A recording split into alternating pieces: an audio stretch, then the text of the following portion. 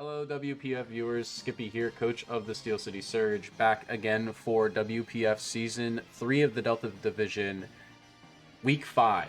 We're taking on this week Frosty Random and the Tuscaloosa Toxic Chains.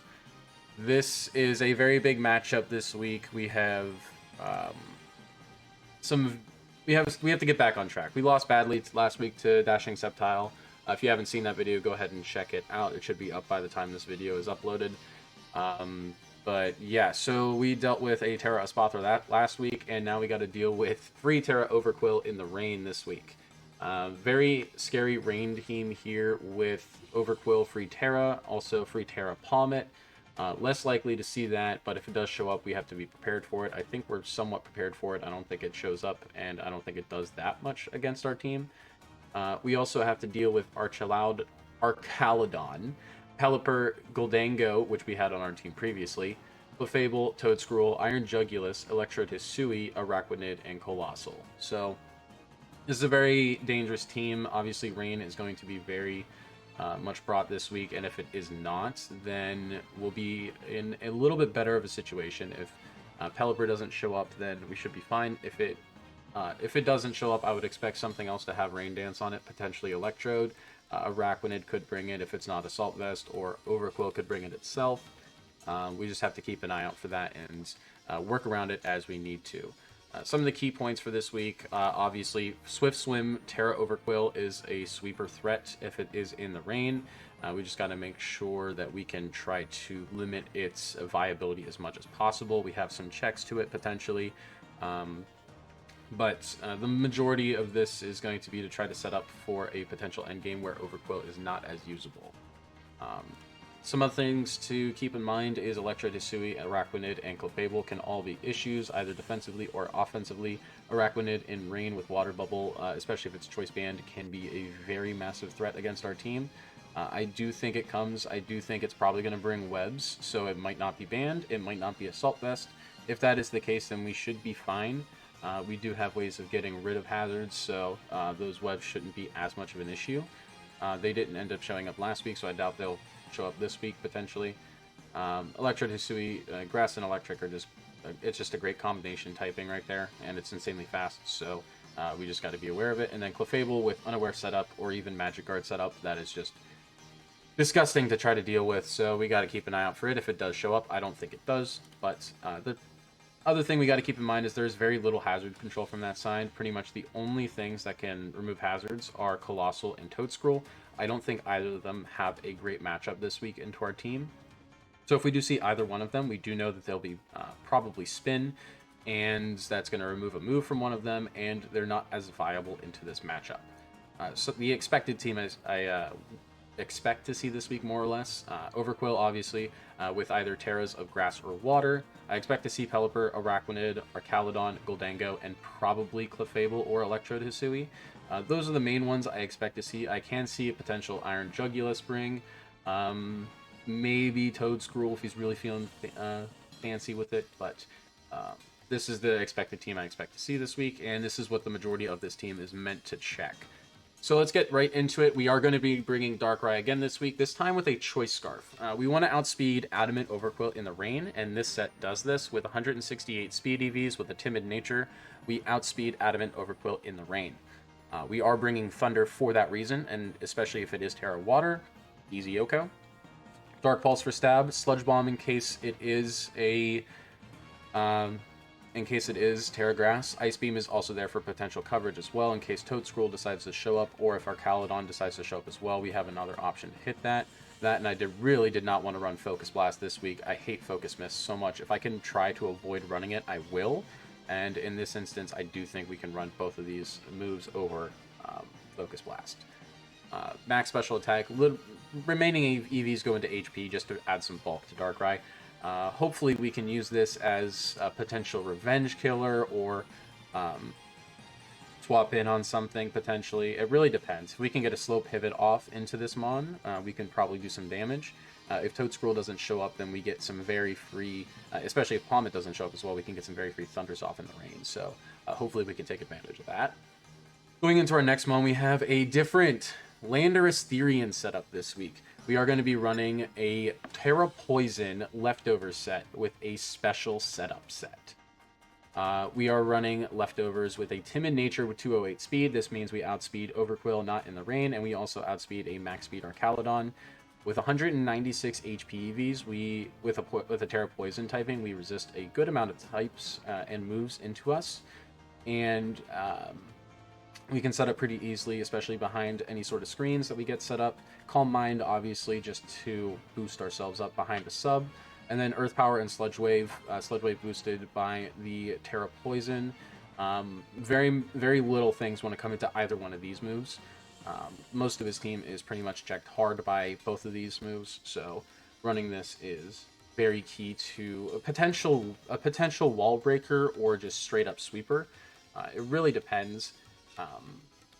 Either one of those can be either one of those sets can be used. Either running it as a sweeper or just running it as a potential cleanup or wall breaker. Whatever we need it to do, it's there for.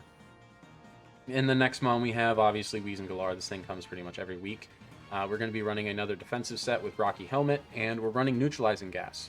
Neutralizing Gas is going to prevent Pelipper's Drizzle from activating once it switches in, because we are running Sunny Day, and we are also running Will-O-Wisp for the Arachnid this week. Water Bubble gets neutralized by Neutralizing Gas, and we can burn it with that Will-O-Wisp. So that is the main key, to try to neutralize it as best as possible, because it's Liquidation with Water Bubble kind of runs through a good amount of the team. And Rocky Helmet is there to get some extra free chip on whatever wants to physically hit this Weezing. We are running Max Defense with an Impish Nature with 228 HP EVs and just 28 Special Defense EVs just to try to live stuff. We are also running Defog in case those webs do show up, because this is our switch into Arachnid anyway, so it just makes sense. And then we're running Gunk Shot for as much physical power as possible this week. Thought about running T-Bolt, but if we do run into Clefable, that could potentially be a setup threat against us, and I would rather have a way of hitting that super effectively without having to worry about Calm Minds or anything like that. So that's the main reason why we're running Gunk Shot, and it's just a very powerful stab move for this thing. So, and even without any attack EVs invested, it does massive damage. Going into our next mon, we are going to be bringing Kyber the Iron Crown off the bench again with a booster energy set this week for booster speed. We have enough speed to outspeed Overquill or Archaludon, and this also allows us to get some very good special investment, either special attack and special defense. That way we just barely hit the threshold underneath where the speed EV is, so we can get that speed boost, and the rest goes into HP. We're running a Timid Nature so we can hit that threshold. And the moveset we're running this week is Tachyon Cutter for stab, Psyshock for stab. It's that way we can also hit the Arachnid on any potential switch in. We're running Volt Switch in case we need to get out of there nice and quick. And we're also running Calm Mind as a potential setup. So the idea here is to potentially lead this, and if we don't lead this, then it's a potential wall breaker. I mean, it's gonna get at least +1/+1 and then do massive damage to something with that booster speed. Outside of Overquill in the Rain with a potential stab crunch or anything like that, we do massive damage in return. So that's the main idea with Iron Crown this week. It is also there just to try to check Archaludon a little bit, as well as Pelipper just a tad, trying to essentially do as much damage as we possibly can with this thing before it goes down. And next up we have Swampert coming again. Schlurp is making another appearance. We are running a Careful Nature with the Damp ability in case Electro does show up and wants to go for an explosion. We pretty much block that with Damp. We are running 104 attack EVs, 8 defense. I believe that is a typo. That is 204 attack EVs, 44 HP EVs, 8 defense because that was left over, and then max special defense. This is our main Golden Go check.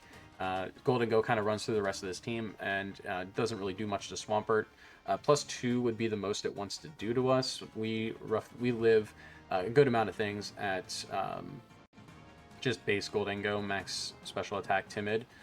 We live everything at least to a 4-hit, and especially with leftovers, barring any drops, we check it very, very well. We're running Stealth Rocks on this so we can get up rocks on the other side. Again, not very good hazard control on the other side. Lots of hazard setters, not a lot of hazard removers. So if we can get our rocks up nice and early, that'd be great.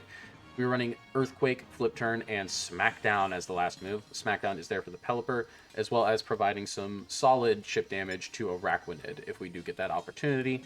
Obviously, we would like the Flip Turn, but if we don't know if it's Water Bubble or Water Absorb, we kind of need to have some way of hitting it without it being Earthquake. So that is the main idea with Swampert. It's there to do some damage and check the Gholdengo as much as possible because it kind of runs through the team a little bit if we don't have this. Next up, we do have Rotom. Rotom is running a leftovers set this week, running Calm with 252 special defense EVs with 60 HP, so we can get the maximum use of leftovers without wasting any EVs into HP. And 16 just in case we get 16 in the speed in case we get speed crept by something. And 180 defense EVs is just the remaining because we are going to be running more of a support set this week with Thunderwave and Light Screen. Light Screen is there to help out Landorus to try to get it set up because there's a lot of special attackers on the other side of the field. And obviously Hydro Pump and Volt Switch just to get some pivoting and some damage off with this thing whenever we need to. This is the main check into Pelipper. If we can get this in on Pelipper, that would be awesome, and then we can just Volt Switch out. Obviously barring Palmet or potential Toedscruel, but again, I don't see either one of them showing up this week, and if they do, then we'll deal with it, but if they don't, then we get free Volt Switches all around, so that's the main thought with this thing. So yeah, that's the Week 5 team for this week. Very much looking forward to this matchup. Hopefully we can get back on track, back in the win column this week after a very heartbreaking loss last week to the Terra Espathra and Dashing Sceptile. Go ahead and check out Frosty Random in the top right corner. Check out his channel and post some great content. And go ahead and check out the rest of the WPF coaches as well. Their links will be down in the description. And I'll see you guys coming up in the battle here soon. So keep an eye out for that, and I'll see you later. Peace.